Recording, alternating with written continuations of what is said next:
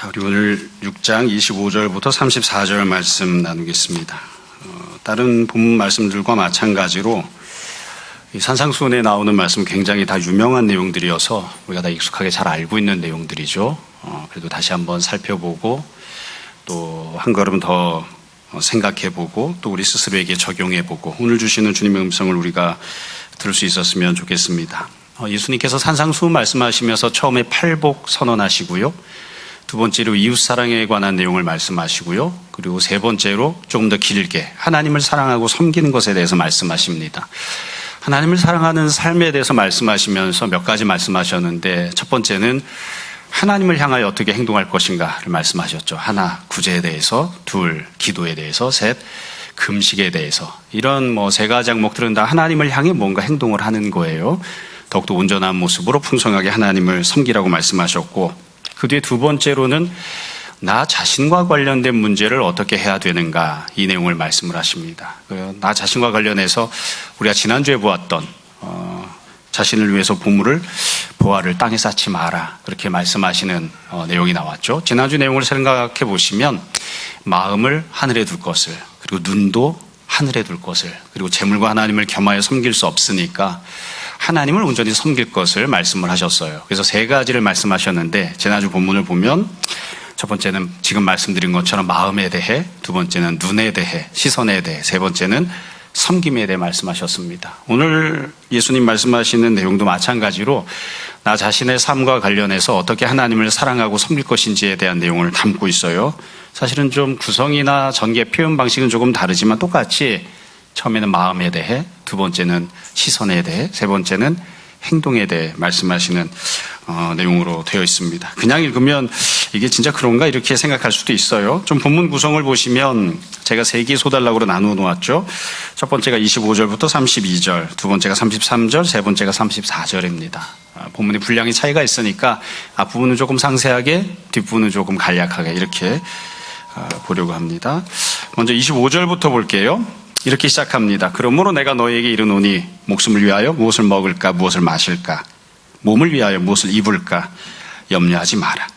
지금 예수님께서 말씀하시려고 하는 부분은 목숨, 몸 이런 것과 관련된 부분이에요. 그러니까 여기서 말하는 목숨은 육체적인 목숨이죠. 또 몸도 육신을 뜻합니다. 그러니까 조금 폭넓게 이야기하자면 성도가 이 땅에서 삶을 살아갈 때 육적인 삶을 살아갈 때 어떻게 살아야 하는가 이 내용을 지금 말씀하고 있는 거예요. 앞부분에서는 보물을 땅에 쌓아두지 말라 하셨죠. 어찌 보면 잉여물과 관련되어 있는 다 먹고 쓰고 남는 것들을 어떻게 처리할 것인가 이와 관련된 내용이라고 할 수 있어요. 근데 지금은 그게 아니고 지금 당장 이게 없으면 생존이 불가능한 당장 필요한 먹고 마시고 입고 살아가는 의식주와 관련된 부분을 어떻게 처리하고 어떻게 행동하며 살아야 하는가 이와 관련된 말씀을 주님이 주십니다. 우리가 아는 대로 마귀가 예수님 처음에 시험할 때 세 가지 시험했는데 그중 첫 번째가 먹고 사는 문제였습니다. 이 돌로 떡이 되어 먹어보아라 이렇게 시험을 했었죠. 이게 굉장히 중요한 문제입니다. 여러분들이 아마 이 본문 읽을 때마다 그런 생각하시겠지만 저도 그런 생각해요. 염려하지 말라 이렇게 말씀하셨는데 이 내용은 순종하기가 참 어렵습니다. 염려하지 말라. 더군다나 먹고 사는 문제와 관련해서 염려하지 말라고 하는 이 부분은 참 그렇게 하면 좋겠는데 이게 참 어렵습니다. 왜냐하면 우리가 다 아는 것처럼 사실 모든 것들이 다 넉넉해서 염려하지 않아도 오늘 먹을 것도 있고 내일 먹을 것도 있고 내 평생 먹을 게 다 있고 내 후손까지 먹을 게 잔뜩 쌓여 있다면 누가 염려하겠습니까? 근데 이게 상황이 넉넉하지가 않은 거죠. 오늘 당장 뭘 먹고 살아야 되나 그래서 당장 은행 잔고가 없는데 근데 염려하지 않는다. 이건 말이 그렇지 참 쉽지가 않아요. 그래도 오늘날은 조금 더 상황이 많이 좋아졌죠. 예수님 당시에는 실제로 굶어 죽는 사람이 부지기수였습니다. 오늘날에는 굶어 죽지는 않잖아요. 근데 예전에 다 옆에서 굶어 죽는 사람들이 있는 판국에 염려하지 마라 이러면 참 이게 순종하기 어렵죠. 그러니까 이 내용을 들으면서 우리가 머리로는 이해가 되지만 실제 삶 속에서는 잘 받아들이기가 어려운 그런 내용들이 이 안에 많이 들어있어요. 늘 반복해서 말씀드리지만 생계와 관련된 것, 먹고 사는 문제는 정말 중차대한 일이고 아주 심각한 문제여서 누구라도 섣불리 그까짓 거 아무것도 아니지 쉽게 생각해도 돼 이렇게 말할 수 없습니다. 사람이 먹는 거, 마시는 것, 입는 거, 당장 생활을 하는 건 굉장히 중요합니다. 예전에도 한번 말씀드린 적이 있는 것 같아요. 제가 결혼을 하고, 제가 어린 나이에 결혼을 했죠. 26이 될 때 결혼을 했는데, 그때 당연히 신학교를 다녔으니까 전도사 사역을 해야 되는데 전도사 갈 자리가 없어서 고민을 하다가 그래도 이제 부인이 생겼으니까 경제를 또 책임지고 살아야 되니까 취업을 해야 되겠다 싶어서 학원에 선생으로 취업한 적이 있었습니다. 얼마 안 있다가 학원에서 감사하게도 단호하게 잘렸어요. 그래서 학원 원장 선생님께서 학원을 정리해야 되니까 너부터 1등으로 나가라 해서 내일부터 안 나오셔도 됩니다. 그렇게 이야기를 하신 거예요. 저는 내일도 나가고 싶은데 내일부터 안 나오셔도 된다. 그래서 마음이 되게 힘들었습니다. 여러분 절 보시면 아시지만 저는 별로 체력이 좋은 사람이 아니어서 밤새 기도해본 그런 적도 별로 없고요. 밤새 노는 거 더군다나 해본 적 없습니다. 밤새 공부하는 거 절대로 해본 적 없습니다. 그랬는데 그날 잘렸던 날, 실직 상태가 된 날 밤에 누가 뭐라고 시키지도 않았는데 잠이 한숨도 안 오는 거예요. 그때 처음 알았어요. 제 아내가 코를 곤다는 사실을. 얼마나 편안하게 잘 자는지 모릅니다. 나는 잠이 안 와가지고 밤새 뜬 눈으로 지새웠는데 잘 자더라고요. 믿음의 차이가 있는 거죠. 믿음이 없는 자, 믿음이 있는 자.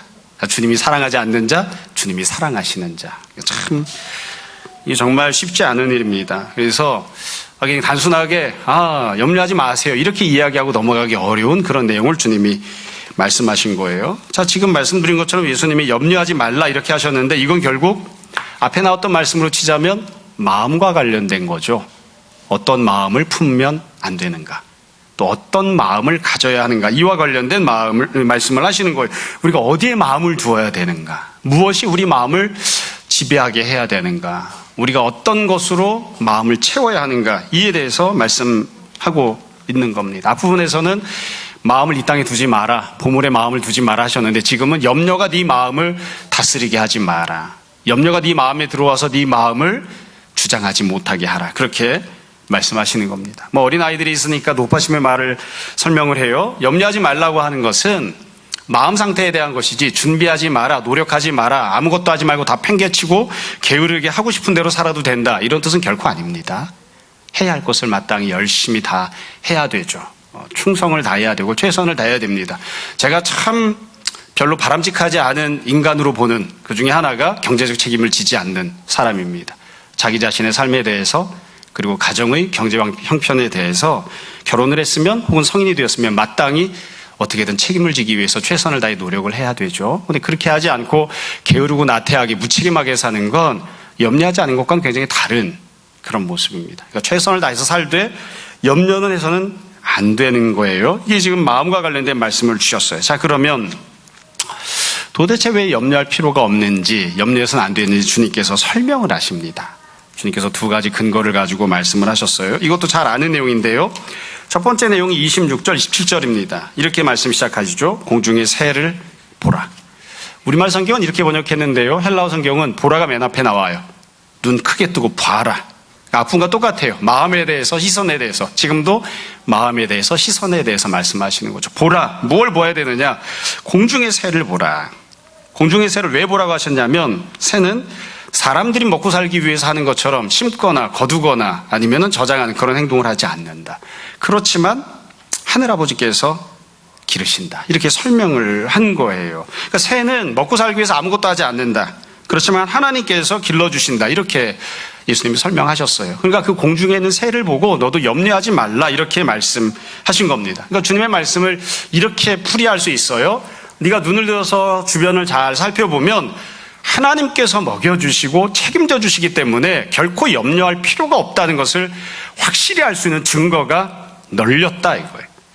눈을 들어서 공중의 새를 봐라. 하나님이 먹여주신다는 확실한 증거가 있지 않느냐. 날아다니고 있는 증거가 있는 거예요. 그러니까 그 새를 보고 너도 염려하는 마음을 갖지 마라, 이렇게 말씀하시는 거죠. 결국 보라고 하는 말씀을 하시면서 비어있는 창고, 남아있지 않은 잔고, 그런 통장을 쳐다보면 마음에 염려가 자꾸 생기지만 그거 쳐다보지 말고, 비어있는 것들 쳐다보지 말고 날아다니고 있는 새, 하나님이 책임져 주시는 공중의 새를 보고 마음에 평안함을 가지라, 그렇게 말씀하시는 거예요. 근데 예수님께서 말씀하신 이 예는 지금 첫 번째 예를 말씀하셨는데 이 예는 중요한 특징이 있습니다. 뭐냐면 어떤 사람은 이 예를 듣고 공중의 새를 보면서 염려가 사라지는 사람이 있는지도 모르겠어요.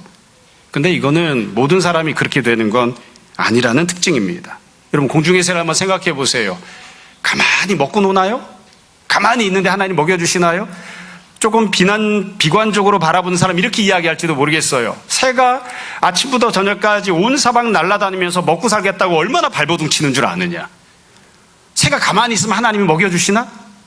죽으림을 다해서 발버둥 치고 살면서 버둥버둥거리면서 살고 있는 거 아니야. 하나님이 먹여주긴 뭘 먹여줘. 새가 가만히 있으면 다 굶어 죽을걸? 심지어 속담에도 그런 게 있잖아요. 어떻게 일어나는 새가 벌레를 잡아먹죠? 아침에 새벽같이 일찍 일어나는 새가 벌레를 잡아먹는다. 뒤집어 이야기하면 너 게으름 피면 국물도 없다. 너도 굶어 죽을 거야. 그런 뜻이잖아요. 그러니까 우리가 이 말씀을 들으면서 어떤 생각을 해야 되냐면 이런 거죠. 제가 지금 말씀드리려고 하는 요지는 이거예요. 예수님께서 공중의 새를 보면 하나님이 길러주신다는 것을 분명히 알 수 있다 말씀하셨지만 사실은 현실은 어떠냐면 주님 말씀을 향한 믿음을 갖고 있지 않으면 이 말씀은 우리에게 아무 도움이 되지 않아요. 여러분 스스로 솔직하게 생각해 보십시오. 공중의 새를 보면 먹고 사는 문제에 대한 염려가 사라지십니까? 사라지시나요? 아, 나는 오늘 당장 먹고 살 게 없지만 새를 보니까 내가 괜히 염려했던 것 같아. 염려할 필요가 없는 것 같아. 이렇게 마음이 누그러지고 마음의 기쁨이 평안히 안심하는 마음이 생기나요? 보통 사람 그런 마음 안 생깁니다. 그러니까 예수님의 이 말씀을 진짜로 나를 향한 위로로 받으려면 믿음이 있어야 돼요. 예수님 말씀이 하나님의 말씀이고 반드시 그렇게 이루어진다고 하는 믿음을 갖고 있어야 공중의 새를 보았을 때 내 염려가 조금이라도 내려올 수 있는 거예요. 믿음이 없으면 공중의 새가 아니라 공중을 날아다니는 무엇을 봐도 마음의 위로가 되지 않습니다. 두 번째 내용 예를 주님께서 28절부터 들으셨어요. 28절부터 보면 이렇게 말씀하세요. 또 너희가 어찌 의복을 위하여 염려하느냐.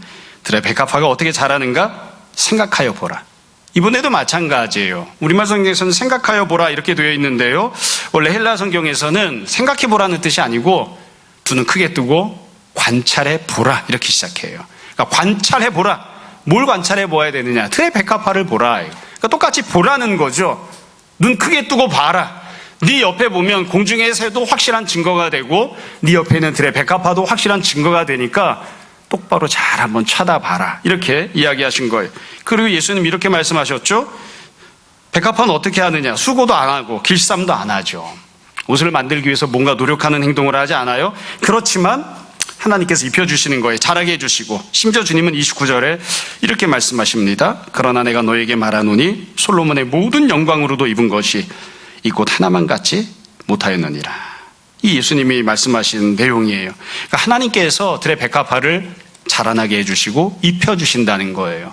그리고 심지어 이 백합화가 얼마나 아름답냐면 솔로몬이 온갖 종류의 부귀영화로 입었던 옷보다 백합화가 더 아름답다고 말씀하세요. 솔로몬을 굳이 예를 드신 건 아마 인류 역사상 가장 부유하게 살았던 부귀영화를 누린 사람이 솔로몬이 아닐까. 그래서 이 이야기를 하신 거죠. 뭐 정확하지는 않지만 솔로몬 당시에는 길바닥에 금과 은이 널브러졌다고 그래요. 뭐 사실 널브러졌겠습니까? 다 주워갔겠죠 그러면. 이게 그만큼 넉넉하게 살았던 시대라고 하니까 그 시대를 통치했던 솔로몬은 얼마나 좋은 옷을 입고 살았겠습니까? 지금도 예수님 똑같이 말씀하신 거예요. 눈을 들어서 보면 염려하지 않아도 자기가 자기 인생을 책임지려고 발버둥 치지 않아도 하나님께서 키우시고 하나님께서 먹이시고 하나님이 입혀주시는 뚜렷하고 확실한 증거가 바로 네 옆에 있다. 그 증거를 보고 네 마음에 위로를 얻고 염려하는 마음을 내려놓으라. 그렇게 말씀하신 거예요. 이것도 똑같습니다. 앞부분과 똑같이 말씀드릴게요. 자, 우리 솔직하게 생각해 봅시다. 여러분 들의 백합화를 보면 무엇을 입을까 염려하는 마음이 사라지나요?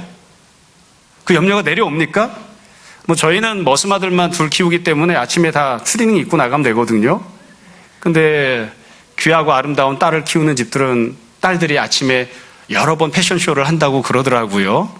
저도 뭐 본 적은 없어서 모르겠어요. 이 옷을 입었다가 저 옷을 입었다가 옷장에 옷이 가득하지만 아, 입을 옷이 없다. 그리고 옷을 사야 된다. 이렇게 얘기한다 그러더라고요. 그런 딸에게 백합화를 봐라.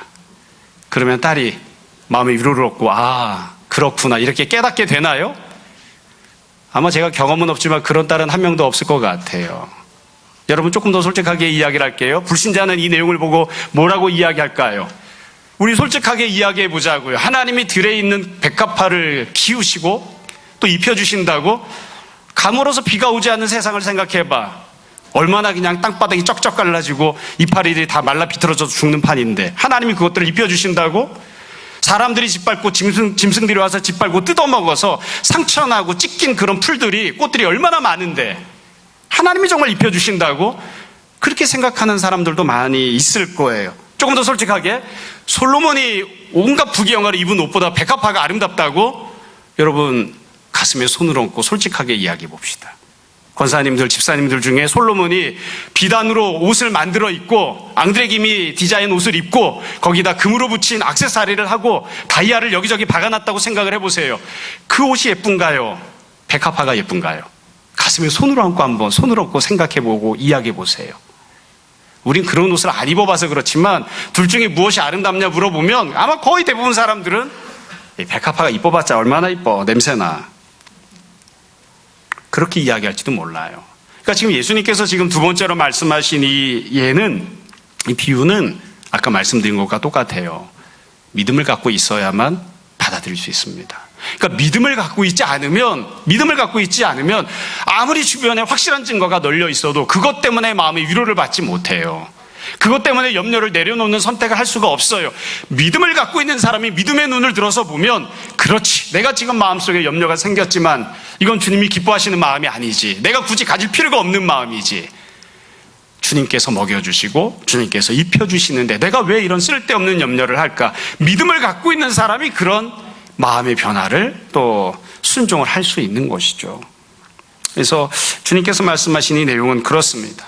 여러분 우리가 늘 고백하는 것처럼 또 종종 이야기하는 것처럼 노래 가사처럼 사람이 꽃보다 아름답다고 이야기하잖아요. 그렇죠? 하나님께서 백합화를 입혀주신 것처럼 사실 우리를 만드셨을 때 우리를 가장 아름답게 이미 만들어 주셨습니다. 사람이 만들어서 사용하는 어떤 악기보다 사람이 갖고 있는 목소리가 가장 귀하고 아름다운 악기라고 또 우리가 그렇게 이야기하잖아요. 그러니까 하나님이 이미 우리에게 주셨어요. 예수님께서는 공중의 새를 보라 또 들의 백합화를 보라 말씀하셨지만 우리 자신이 사실은 하나님 앞에서 아름답게 이미 창조가 된 그런 모습인 거죠. 자, 예수님께서 이렇게 예를 다 말씀을 하셨는데요. 예수님께서 이렇게 예를 말씀하신 이 내용에서 우리가 꼭 기억해야 될 핵심 내용이 있습니다. 종종 우리가 성경 본문을 읽다 보면 공중의 새, 들의 백합화는 기억하는데 예수님 이 말씀을 왜 하셨는지를 잊어버리거나 잘 생각하지 못하고 넘어가는 때들이 있어요. 이 얘기 왜 하셨을까요? 염려하지 말라 하시면서 이 두 가지 예를 왜 제시하신 건가요? 사실은 조금 더 보면 예수님이 아주 명확하게 말씀하셨어요. 여러분 26절 다시 한번 보십시오. 이렇게 돼 있죠. 공중의 새를 보라. 심지도 않고 거두지도 않고 창고에 모아들이지도 아니하되 너희 하늘아버지께서 기르신다. 여기까지는 부연 설명이에요. 진짜 하실 말씀은 이거예요. 너희는 이것들보다 귀하지 아니하냐. 너희는 이것들보다 귀하지 아니하냐. 이게 예수님 정말 하시려는 말씀입니다. 그러니까 너희는 귀하다는 겁니다. 너희는 존귀하다. 이 이야기가 왜 나왔는지를 한번 생각해 보세요. 여러분들은 어떤가 모르겠습니다만 사람이 돈이 없어서 비참한 지경을 만날 때 그리고 당장 오늘 먹고 살 거리가 없어서 주변에 있는 사람들에게 손을 벌려야 하거나 멸시를 당할 때 얼마나 자존심 상하는지 모릅니다. 그리고 그것보다 더 사람을 참 비굴하게 만드는 게 없습니다. 먹을 것 때문에 옆에 있는 사람에게 아쉬운 소리를 해야 할 때 얼마나 힘든지 모릅니다. 이거 안 당해본 사람은 모릅니다. 저도 사실은 그렇게 당해본 적은 없어서 있는 그대로 다 일면 그대로 말할 수는 없을 것 같아요. 가난하기 때문에 주변에 있는 사람들이 나를 하찮게 여기고 그렇게 하찮게 여기는 것들이 오랫동안 익숙해지다 보니까 나도 나 자신을 하찮게 여기는 그런 경험이 있습니까? 예전에 그런 사람들이 많았어요. 우리나라도 얼마 전까지만 해도 지금도 그런 사람들이 부지기수로 많이 있고요. 부모로부터 매를 맞아서 아니면 친구로부터 매를 맞아서 선생님으로부터 매를 맞아서 나 자신의 자존감이 땅바닥으로 곤두박치는 경험을 해본 사람. 그냥 몽둥이를 가지고 엉덩이를 때리면 그나마 나은데 손바닥으로 뺨따기를 자꾸 때려서 자존심이 상해서 정말 살고 싶지 않은 그런 마음이 드는 그런 경험을 해본 사람. 그런 사람들이 우리가 생각할 때는 악을 품고 무언가를 할 것 같지만 사실은 그렇게 자꾸 비참한 인생을 살다 보면 가난함 때문이든 매질 때문이든 무엇 때문이든 비참한 인생으로 자꾸 살다 보면 어떤 생각이 드냐면 나는 아무것도 아니구나. 나는 쓰레기 같구나. 나 같은 건 있으나 마나 상관이 없겠구나. 그런 생각이 들거든요. 무엇 때문에 하나님이 나에게 이것저것을 베푸시겠어? 만약 하나님이 나를 사랑한다면 나를 이 지경으로 내버려 두실까? 그런 생각을 하게 되거든요. 근데 지금 예수님이 이렇게 말씀하시는 거예요. 너희는 존귀하다. 너희가 잘나고 대단하고 탁월하고 무언가를 갖고 있어서가 아니라 하나님이 너희를 존귀하게 보신다. 들에 있는 백합화도 공중에 있는 새도 하나님이 먹이시는데 그것들과는 견줄 수 없을 만큼 너희는 대단하고 너희들은 엄청나고 너희들은 하나님께 너무나 소중한 존재야. 그런데 하나님이 너희를 책임져 주시지 않겠느냐. 이게 예수님이 정말로 하시려고 하는 말씀이에요. 그러니까 우리가 지금 앞부분을 읽으면서 처음에 생각해야 되는 건 그거예요. 이렇게 말씀을 들어야 돼요. 하나님이 예수님을 통해 이렇게 선포하시는 거예요. 너는 정말로 존귀하고 소중한 존재야. 세상 사람들이 너를 하찮게 여겨도, 돈이 없으면 세상 사람들이 너를 발로 걷어차고 다녀도 너는 세상 사람들이 생각하는 그런 존재가 아니라 나에게 있어서 하나님 보시기에 하나님 앞에서 사랑받는 존재, 귀한 존재, 무엇과도 견줄 수 없는 가장 고귀한 존재야. 그렇게 지금 말씀하고 계신 거죠. 저도 설교 준비하면서 생각해 봤어요. 언제 돈 때문에 가장 자존심이 상했나? 초등학교 1학년 때부터 생각이 나더라고요. 초등학교 1학년 때 돈이 없어서 친구 집에 놀러 갔다가 맨날 그 집에서 사주는 과자만 얻어먹다가 나도 좀 미안한 마음이 있어서 뭐 돈이 있어야죠. 엄마 직업에서 50원을 훔쳐가지고 50원짜리 과자를 사가지고 그 집에 갔었어요. 그 집 어머니께서 그 과자를 옆으로 치워놓고 한 번 씩 웃으셨는데 그때 처음으로 비웃음을 느꼈습니다. 뭐 너무 사소한가요? 초등학교 2학년 때 생각이 납니다. 친구가 생일잔치 한다고 해서 불렀어요. 그래서 생일잔치 한다고 해서 오늘은 좀 맛있는 거 먹겠구나 하고 갔는데 그 집 때문에 그 친구의 동생 녀석이 서 있다가 선물을 사갖고 오지 않은 사람은 그냥 돌아가라. 이래서 그냥 돌아왔던 적이 있습니다. 선물을 살 돈이 있어야 말이지. 엄마 지갑에서 뭘 꺼내갔다가는 더 뒤지게 맞을 것 같고. 이렇게 이야기를 하다 보면, 그런 경험들을 하다 보면, 제가 말씀드린 건 사소한 것이지만 돈이 없어서 어떤 멸시를 받는 상황, 비참한 지경을 이렇게 자꾸 경험하다 보면 스스로 생각해요. 난 아무것도 아니지. 함부로 대우받아도 뭐 상관없는 그런 존재지. 그리고 이게 자꾸 더 심화가 되다 보면 뭐 나 같은 거 하나 죽어 없어져도 누가 신경이나 쓰겠어? 내가 과연 살아남아 있을 이유가 있을까? 이런 생각을 하게 되는 거죠. 주님이 말씀하시는 겁니다. 지금 그런 것들, 그런 상황들 속에서 어쩔 수 없이 염려하면서 살아갈 수밖에 없는 그런 처지의 사람들에게 말씀하시는 거예요. 너는 존귀하다. 너는 고귀하다. 하나님에겐 너만큼 소중한 존재가 없다. 이게 지금 예수님께서 말씀하시는 거예요. 그래서 우리가 염려하지 말라는 예수님 말씀에 순종하려면 이게 처음에 돼야 돼요. 하나님께서 나에게 얼마나 참 귀한 눈길로 보고 계신지, 하나님이 나를 얼마나 귀하게 생각하시는지, 내가 하나님께 정말로 존귀한 존재라고 하는 것을 인식하고 그것을 느끼는 것, 이 첫 출발이 되지 않으면 염려할 수밖에 없습니다. 이게 안 되면 염려를 벗어던지는 삶을 시작할 수가 없어요. 그 뒤에 보면 예수님께서 결론적으로 31절 32절은 이렇게 말씀하시죠. 처음 단락, A 단락의 결론인 거예요. 믿음이 작은 자들아, 그러므로 염려와 이르기를 무엇을 먹을까, 무엇을 마실까, 무엇을 입을까 하지 말라. 이는 다 이방인들이 구하는 것이라. 너희 하늘 아버지께서 이 모든 것이 너에게 있어야 할 줄을 아시느니라. 그래서 예수님이 이렇게 말씀하시죠. 하나님께서 네가 뭐가 필요한지 다 알고 계셔. 너에게 무엇이 있어야 할 줄을 알고 계세요. 육적으로 필요한 거 다 필요 없다고 말씀하시는 게 아니에요. 너에게 그게 필요하다고 하는 사실을 하나님께서 다 알고 계셔. 다 알고 계셔. 뒤집어 말하면 이거죠. 하나님께서 너를 사랑하셔. 네가 필요한 것 주시려고 준비하고 계셔. 이게 지금 예수님께서 말씀하시는 내용이에요. 염려하지 마라. 염려하지 않으려면 어떻게 해야 되나요? 염려하지 않겠다고 독한 마음 먹고 결심한다고 해서 염려를 안 하게 되는 게 아니고요. 염려를 안 하려면 이 땅에서 삶을 살아가면서 먹고 사는 문제 때문에, 입고 살아가는 문제 때문에, 혹은 질병의 문제 때문에 근심 걱정에 휩싸여 살지 않으려면 이 두 가지 마음을 반드시 가져야 돼요. 첫 번째는 내가 얼마나 하나님께 귀한 존재인지를 깨달아야 하고요. 두 번째로는 하나님께서 나의 필요를 채워주시는, 하나님이 나를 사랑하시는 그런 아버지라고 하는 사실을 깨달아야 됩니다. 이 두 가지 마음을 마음속에 품지 않으면, 깨닫지 않으면 죽을 때까지 염려해야 됩니다. 벗어날 방법이 없어요. 방법이 없어요. 유초등 받으시 한번 이야기할게요. 우리 한번 따라해 봅시다. 우리가 품어야 될 첫 번째 마음입니다. 나는 하나님께 고귀한 존재입니다. 참, 이게 너무 죄송합니다. 다 우리를 유치부 아이들처럼 취급해서 이 마음을 가졌으면 좋겠습니다. 두 번째입니다. 하나님이 우리를 사랑하십니다. 이 두 마음을 품어야 염려하지 않는 삶을 살 수 있습니다.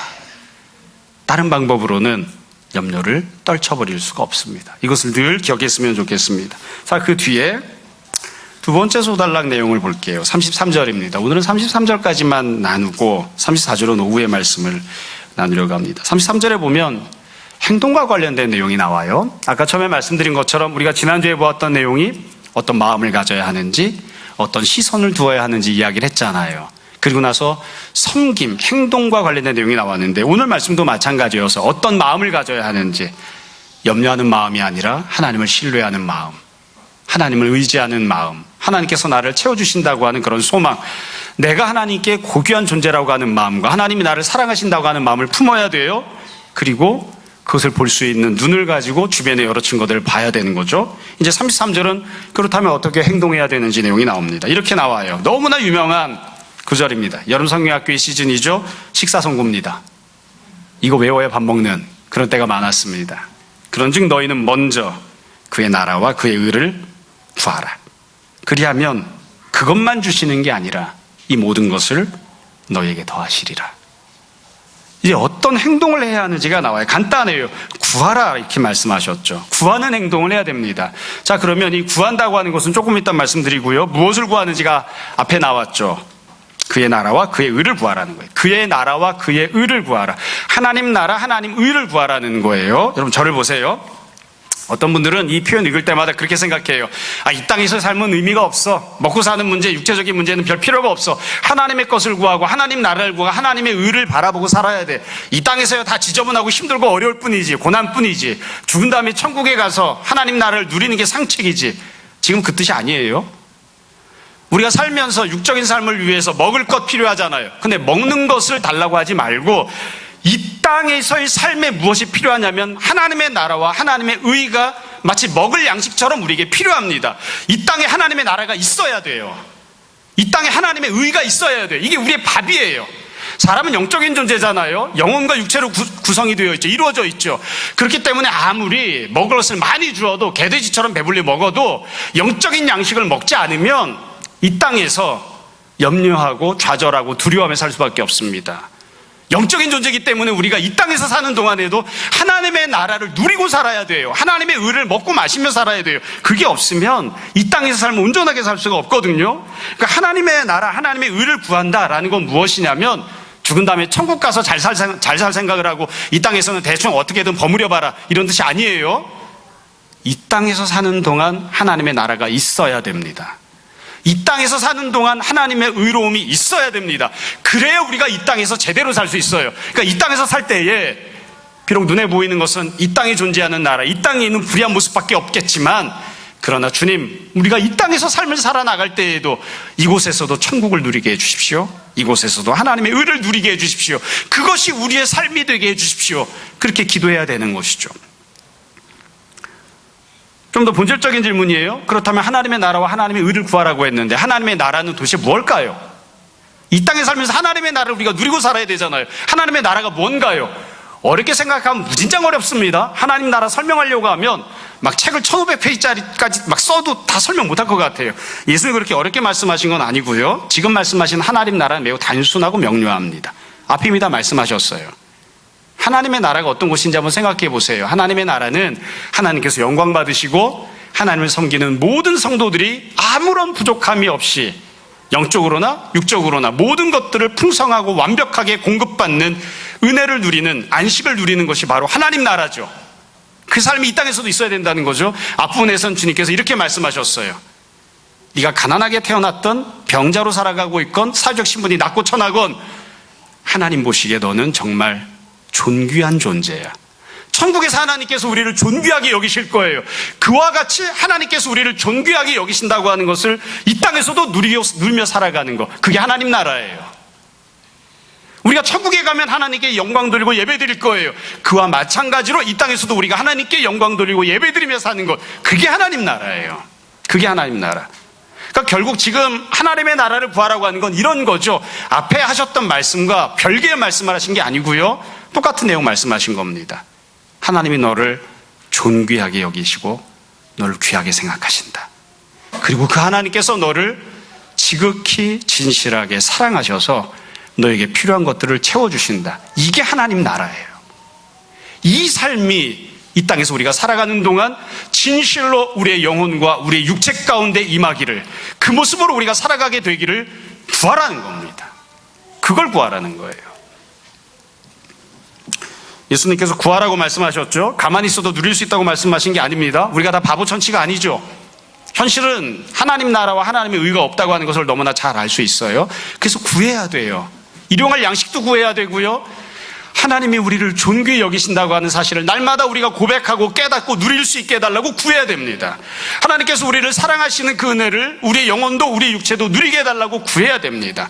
그래서 예수님 말씀을 있는 그대로 액면 그대로 이야기하면, 내가 나가서 뼈 빠지게 일하고 그 대가로 무언가 받아서, 봉급을 받아서, 열매를 얻어서 그것으로 먹고 사는 사람들이 아니라, 하나님께 내 인생을 책임져 주십시오, 내가 하나님의 나라를 누리며 살게 해주십시오, 구하고 기도했기 때문에, 물론 내가 열심히 일을 하긴 하지만 구하고 기도했기 때문에 그것에 대해서 주님께서 응답하시고 응답받은 곳으로 살아가는 삶을 살라고 말씀하시는 겁니다.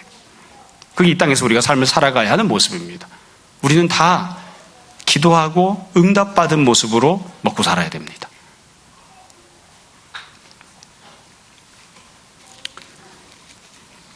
이 말씀을 정리할게요. 사실은 준비는 이것저것 더 많이 했는데 충분히 적절히 잘 전달이 되었나 모르겠습니다. 본문 내용을 읽으면서 그런 생각이 많이 들었어요. 저 같은 사람은 특별히 조금 더 많이 울컥하는 부분들이 있었던 것 같아요. 말씀을 정리를 할게요. 몇 가지 다시 정리해서 말씀드릴게요. 첫 번째입니다. 예수님께서 이 말씀을 너희에게 하셨습니다. 너희는 누굴까요? 예수님 믿는 성도들이죠. 제자들이죠. 우리들입니다. 근데 조금 더 현실적으로 이야기하면 너희는 지금 주님 앞에 앉아서 산상수훈을 듣는 사람들입니다. 예수님께서 말씀하셨던 당장 오늘 먹을 것이 없는 절대 빈곤에 휩싸여 있는 가난한 자. 가난한 자 복 있다고 하셨죠. 바로 그 가난한 자. 지금 너무 힘들고 어려운 일이 있어서 울고 있는 자. 사회적 신분이 낮고 천해서 옆에 있는 사람이 내 뺨따기를 때리면 그저 맞은 다음에도 그 사람에게 친절하게 대해야만 하는 온유한 자. 그게 너희예요. 사실은 현실만 놓고 보면 오늘 당장 염려를 하는 게 마땅합니다. 염려하지 않는데 어떻게 삶을 살겠어요? 그런 지경에 있는 사람들이에요. 다시 말씀드립니다. 이 말씀은 좀 죄송하지만 돈 많은 사람들에게 하시는 말씀이 아니에요. 무엇을 더 쌓아놓고 살 수 있을까? 이렇게 그런 사람들에게 말씀하고 있는 게 아니에요. 가난한 사람들에게, 울고 있는 사람들에게 주님이 말씀하시는 겁니다. 염려하지 마. 그래서 우리 자신이 이 말씀을 들어야 하지 않을까 싶습니다. 오늘 당장 어떻게 살아야 할지 막막한 사람들, 오늘도 내일도 어디 가서 일을 해서 벌어먹고 살아야 할지 막막한 사람들, 그런 사람들은 어떻게 해야 삶을 살 수 있을까요? 늘 말씀드린 대로 다시 말씀드립니다. 가난한 사람, 울고 있는 사람, 사회적 신분이 낮고 천한 사람, 예수님 믿고 신앙생활하는 것 이외에는 아무것도 해결책이 없습니다. 세상은 계속해서 멸시할 것이고 짓밟을 것이고 천대할 것입니다. 세상 속에서 살면 계속해서 나는 하찮은 존재가 되고 죽어서 없어지는 게 더 나을 것처럼 여겨지는 그런 모습으로 살 것입니다. 예수 그리스도를 믿고 복음 안에서 생활하고 교회 안에서 생활하는 것 이외에는 하나님께서 나를 귀히 여기시고 존귀히 여기신다고 하는 그것을 깨닫고 살아가는 것 이외에는 가난한 자에게는 소망이 없습니다. 주님께서 그 가난한 사람들에게 말씀하시는 겁니다. 염려하지 마라. 하나님이 너를 사랑하신다. 하나님께서 너를 책임져 주신다. 이게 오늘 말씀드린 첫 번째 내용입니다. 두 번째로, 나 자신과 관련되어 있는 문제들이 내가 어떻게 먹고 살 것인가, 이거 내 문제잖아요. 아니요, 이거 내 문제만이 아닙니다. 이게 바로 어떻게 하나님을 사랑하며 살 것인가와 관련되는 문제입니다.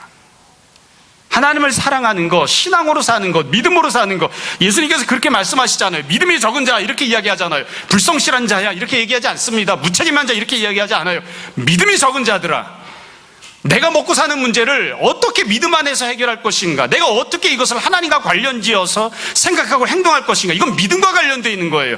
하나님께 기도하는 것, 금식하는 것, 옆에 있는 이웃에게 어떻게 대할 것인가, 이 모든 것들이 다 하나님과 관련되어 있는 거예요. 신앙생활과 관련되어 있는 겁니다. 하나님을 사랑하는 것과 관련되어 있습니다.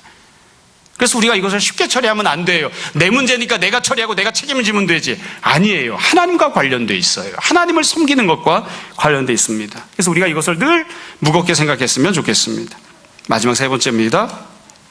언제나 우리가 똑같이 말씀을 드리는데요, 결국 성령님께서 주장하시고 우리를 인도해 주시고 은혜를 베풀어 주시지 않으면 우리가 이런 믿음을 갖기도 어렵고 염려하는 것에서 벗어나기도 어렵습니다. 우리가 다 잘 알고 있잖아요. 내 마음 내 뜻대로 잘 갖기 어렵습니다. 성령님, 제 마음을 성령님께 드리기를 원합니다. 제 마음을 주장해 주십시오. 내 시선을 다 우리가 내가 원하는 대로 이상한 것들만 쳐다보잖아요. 공중의 새와 들의 백합화를 보지 않잖아요. 보아도 깨닫지 못하잖아요. 성령님께서 우리 눈길을 주장해 주셔야, 성령님께서 인도해 주셔야, 그래야 우리가 주님 말씀에 순종할 수 있습니다. 우리의 마음도 우리의 시선도 우리의 행함도 주님께 내어드리고 주님께서 주장하시고 인도하시는 그런 모습이 되게 해달라고 기도하고 또 응답받는 그런 우리들이 되었으면 좋겠습니다. 그것만이 우리가 아름답고 행복하게 살 수 있는 길입니다.